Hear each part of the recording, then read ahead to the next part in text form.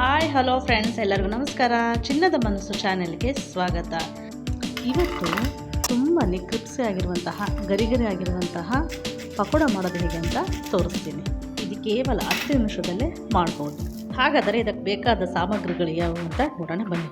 ಮೊದಲಿಗೆ ಆಲೂಗಡ್ಡೆ, 1 ಕಪ್ ಅಕ್ಕಿ ಹಿಟ್ಟು, 4 ಬೆಳ್ಳುಳ್ಳಿ, ರುಚಿಗೆ ತಕ್ಕಷ್ಟು ಉಪ್ಪು, ಸಣ್ಣಗೆ ಹಚ್ಚಿದಂತಹ ಈರುಳ್ಳಿ, ಸಣ್ಣಗೆ ಹಚ್ಚಿದಂತಹ ಕೊತ್ತಂಬರಿ, ಶೇಂಗಾ, ಹಸಿಮೆಣಸಿನ್ಕಾಯಿ, 1 ಸ್ಪೂನ್ ಜೀರಿಗೆ, ಸ್ವಲ್ಪ ಹಸಿ ಶುಂಠಿ, 1 ಕಪ್ಪು ಮೊಸರು.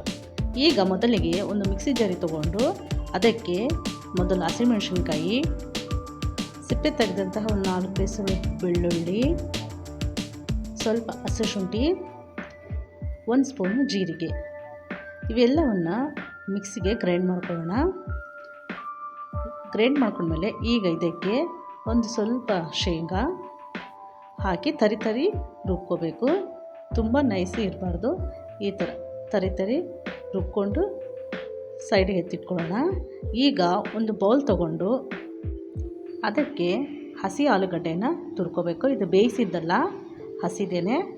ಹಸಿ ಆಲೂಗಡ್ಡೆನ ಈ ಥರ ನೈಸಾಗಿ ತುರ್ಕೊಂಡ್ಮೇಲೆ ಈಗ ಇದಕ್ಕೆ 1 ಕಪ್ಪು ಅಕ್ಕಿ ಹಿಟ್ಟನ್ನು ಸೇರಿಸ್ಬೇಕು. 1 ಕಪ್ಪು ಅಕ್ಕಿ ಹಿಟ್ಟು ಸೇರಿಸಿದ್ಮೇಲೆ ಈಗ ಇದಕ್ಕೆ ನಾವು ಮುಂಚೆನೇ ತರಿತರಾಗಿ ಮಿಕ್ಸಿ ರುಬ್ಕೊಂಡಿದ್ವಲ್ಲ, ಆ ಮಸಾಲೆನ ಇದಕ್ಕೆ ಎಲ್ಲ ಮಸಾಲೆನ ಹಾಕಬೇಕು. ನಂತರ ಸಣ್ಣಗೆ ಹಚ್ಚಿದಂತಹ ಈರುಳ್ಳಿ, ಸಣ್ಣಗೆ ಹಚ್ಚಿದಂತಹ ಕೊತ್ತಂಬರಿ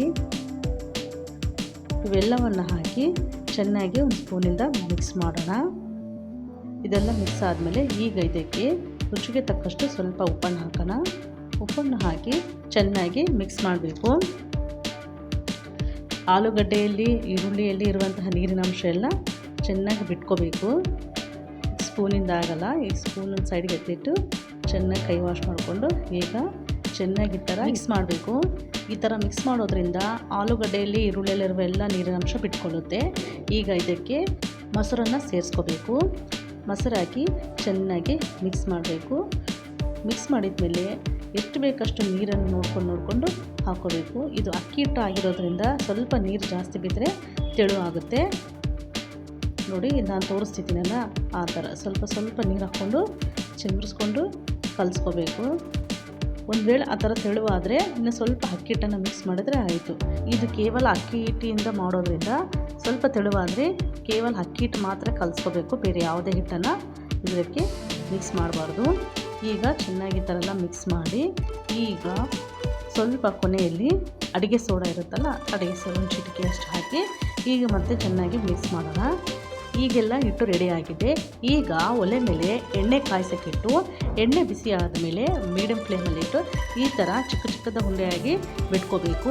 ಇದು ರೌಂಡ್ ಶೇಪಲ್ಲಿ ಏನು ಬರೋದಿಲ್ಲ, ಆದರೂ ಚೆನ್ನಾಗಿರುತ್ತೆ. ಈ ಥರ ಎಷ್ಟು ಎಣ್ಣೆಯಲ್ಲಿ ಎಲ್ಲವನ್ನೂ ಒಂದೊಂದಾಗಿ ಬಿಟ್ಕೋಬೇಕು. ಫ್ರೆಂಡ್ಸ್, ಯಾರ್ಯಾರು ನನ್ನ ಚಾನಲ್ ನೋಡ್ತಾ ಇದ್ದೀರಾ ಅವ್ರು ನನ್ನ ಚಾನಲನ್ನು ಸಬ್ಸ್ಕ್ರೈಬ್ ಮಾಡ್ಕೊಳ್ಳಿ. ಪಕ್ಕದಲ್ಲಿರುವ ಬೆಲ್ ಐಕನನ್ನು ಕ್ಲಿಕ್ ಮಾಡಿ. ನೋಡಿ, ಈ ಥರ ಗೋಲ್ಡನ್ ಕಲರ್ ಬಂದಮೇಲೆ ಎಲ್ಲವನ್ನು ಒಮ್ಮೆ ಟರ್ನ್ ಮಾಡಬೇಕು. ಈ ಥರ ಟರ್ನ್ ಮಾಡಿ 2 ಸೈಡನ್ನು ಚೆನ್ನಾಗಿ ಕಲರ್ ಚೇಂಜ್ ಆಗೋವರೆಗೂ ಚೆನ್ನಾಗಿ ಆಯಿಲಲ್ಲಿ ಫ್ರೈ ಮಾಡಬೇಕು. ಇದನ್ನು ಫ್ರೈ ಮಾಡಬೇಕಾದ್ರೆ ಫ್ಲೇಮು ಮೀಡಿಯಮ್ ಫ್ಲೇಮಲ್ಲೇ ಇರಬೇಕು. ತುಂಬ ಹೈ ಫ್ಲೇಮಲ್ಲಿ ಫ್ರೈ ಮಾಡಿದರೆ ಒಳಗಡೆ ಎಲ್ಲ ಇಟ್ಟಿರುತ್ತೆ. ಅದಕ್ಕೆ ಮೀಡಿಯಮ್ ಫ್ಲೇಮಲ್ಲಿ ಇಟ್ಟು ಫ್ರೈ ಮಾಡಬೇಕು. ಈಗ ರೆಡಿಯಾಗಿದೆ ಪಕೋಡ. ಈಗ ಇದನ್ನೆಲ್ಲ ಒಂದು ತಟ್ಟೆಗೆ ಹಾಕೋಣ.